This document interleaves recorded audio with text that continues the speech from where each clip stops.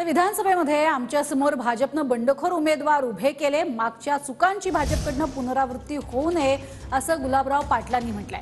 तर मागच्या काळात भाजपनं कुठेही बंडखोर उभे केले नाहीत असं प्रत्युत्तर गिरीश महाजनांनी दिलंय। कुठे बंडखोर उभे राहत असतील तर आपण आवरू शकत नाही, यावेळेला कुठेही बंडखोरी होणार नाही याची काळजी घेतली जाईल असे ते म्हणाले।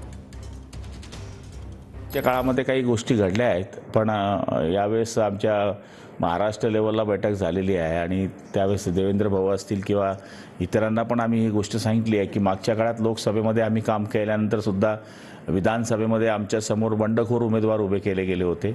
तर ही पुनरावृत्ती पुढच्या काळामध्ये होऊ नये, कारण की शेवटी आम्ही जर मन लावून काम करतोय तर साहजिक तुम्ही सुद्धा आम्हाला त्यावेळेस मदत केली पाहिजे, ही अपेक्षा ठेवणं काही चुकीचं नाही। आणि मला असं वाटतं की मागच्या काही ज्या गोष्टी घडल्या आहेत त्या पुढच्या काळात घडणार नाही असं आश्वासन वरच्या लेवलला महाराष्ट्र लेवलला आम्हाला दिलेलं आहे।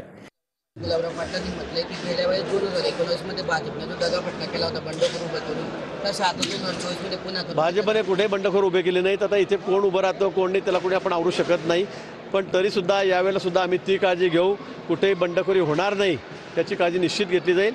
आणि उभं जरी कोणी राहिलं चुकून माकून तर त्याला कोणीही कार्यकर्ते दुसरे थारा देणार नाहीत, कोणी त्याचं समर्थन करणार नाहीत, त्याची काटेकोरपणे आम्ही काळजी त्या ठिकाणी घेऊ।